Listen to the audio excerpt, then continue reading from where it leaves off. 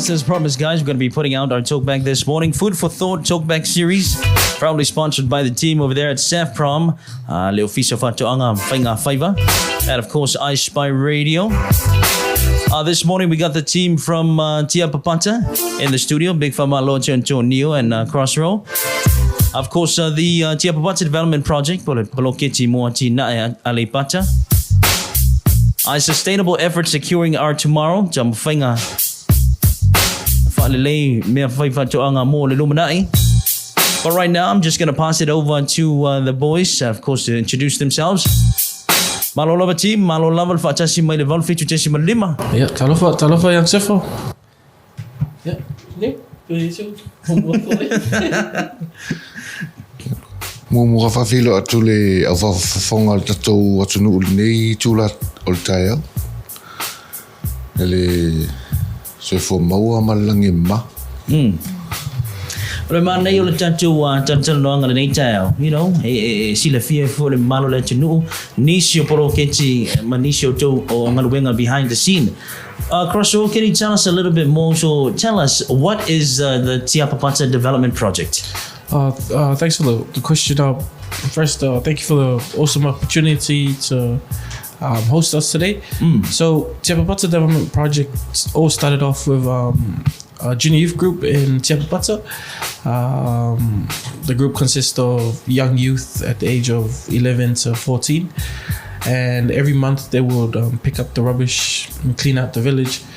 And at the beginning of this year, actually on the first day of this year, one of the fathers, which is Atonio here, sat down and said, we have to do something because of COVID. We're now facing, we're struggling to provide and also provide food for our families. So that's when the idea came up to bring together the boys in the village and see how we could develop or work on the lands and, put down some plantations. But up to now, we've extended it to the entire families. So there's about 8 families along our road. And that's, those are all the families in the Tiapapata Development Project. So it's a neighborhood project now? Yes, it's a neighborhood project funded by families, paid for by families, and we've been lucky enough from families overseas to provide us some funds to buy some equipment and tools. So that's how we're managing. So the beauty of it all is that it started on a good cause. Matalia foi na au tupulanga tana vo gaming e ko kene au rasta mara feo ai soro ka mo fingale fa papa pomu soro ka ulanga. But it's good that you guys are putting it through. So ani for tupulanga tana vo mai tele ona ngalo I tangata Samoa o le tupe is in the land le tonol fanua. But just Sili Antonio o le tau sanga sa fatasi to fo ile to a inga le Poloketi there.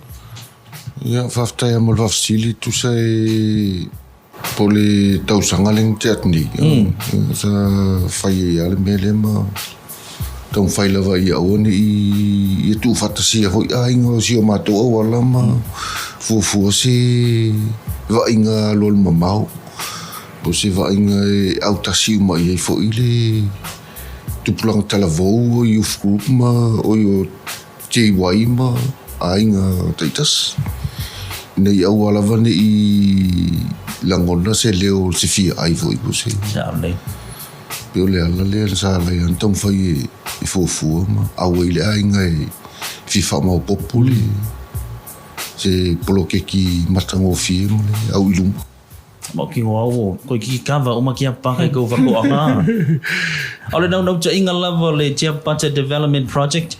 First it started off as to provide for the families, but while it's become a source of income. You guys are selling crops. You guys bring it to Lemakeki, but you guys sell it on the internet. So I'm a tangata sa fufu inai pe ta isa ia mau manga fo imanisio tomwhainga a ingai tausanga mawai ia ole masina lao uni tausanga nei le sama whai ona whatino se aso maketi le aso maketi la le sa avato ia fua whai re leanga ia matamwhainga fo i o tupe lava la na mau mai I lea aso makiti e toi fo lava ia inga Okay.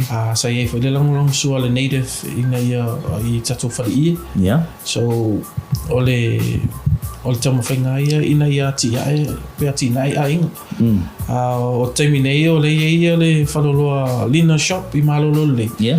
o le whaloloa lana o tūmalosi a inga taitasi a lo finau I ainga ina ia watula to me to ia ma whalau ina ia whatau fo duma whalolo pe le whaftai whanai I si ainga nai I le langong sua ma le tau whaipea ina ia sasoani ainga o le to Patataloanga lenei tau I le valu fitu tesi malalima manatua tasi o whale tatou text line e la for myself Vasili mo Atonio mo Khosrow about the neighborhood project over there at Tiapapata. Pa malom fatalo fatu le matanga luenga soifua malaloina lenei tau Ministry of House. Ale ngalon fa malo for the Ministry of Police. A fayo na te fel wa e le iristala the sticker for wala cha vale. Ya suani lo le LTA fai. Male fa ku so o mai ko ya wal pepelo e fai kae. So big shout out to le chamachai pule ngalman mana titi shwaga malo level fa tashi mai le neta and big good morning to the Ministry of Agriculture and Fisheries. Passing it on to Vasili mo Atonio, you know, ole ale no cha inga ol Poloketi Atinae wa ole mea sa fa pe na amache tuplang talvo. It also I heard le sa fa talanoia foi off ya e ma na e le bond malenu man all the families e pe ma mal foi foi ngale pulenga Ke le ale a male au dumo le Poloketi le wa le ke lo le a makai kuplang kalvo ia le o mga o e kuplang kalvo e kuulo I kongo a inga pole nu ato ia le la o le leifo I malaka o ngi me o le ku kongo le ngu ma popo ma ferfangi e kuplang ia o ngi se kuplang po se kalvo fo po se a inga e ngo fo yu kalvao e fakau kalo mai kai le samisi kulo vo ile ka o i on ngi Poloketi wa nga fofua le kalavou mo le fo fakai kalavou mo le fofua ngol ngi Poloketi maka ngofi ala le I fakoanga ko mala wai mal fa lolo. Is it true, Khosrow, that it says here on our report that today, as a group, that you guys have planted over 10,000 tiapulas or taros combined? Yes, from the beginning of the year, January to now, we've probably put together about 15 to 20,000 tiapula. Wow. So before the committee used to allocate a specific number for each family to grow, but now we've learned that it's best to ask the families how much they can grow themselves. So each family offers 1,000 to 2,000 tiapula, or even 300 tiapula. So it's based on the strength of the family. The variety of stuff you guys grow is quite a lot. It started as ngā but faso solo you guys got vegetables too. Yes. Well, kamako ko. So nga kanngole susayeke male maainga. Me tamfai e tofu la nga malanga ko nga vegetable. Ina yeso akula mau kingi la mau fala ko mau king. Yeso akul kamako la mau le fala mai ki ya botulanga pa pena so ole wo ye follow aina po follow fai sua for you ainga taitasi. E tau se ainga to mo fai na ve fa tau mo wele tupe.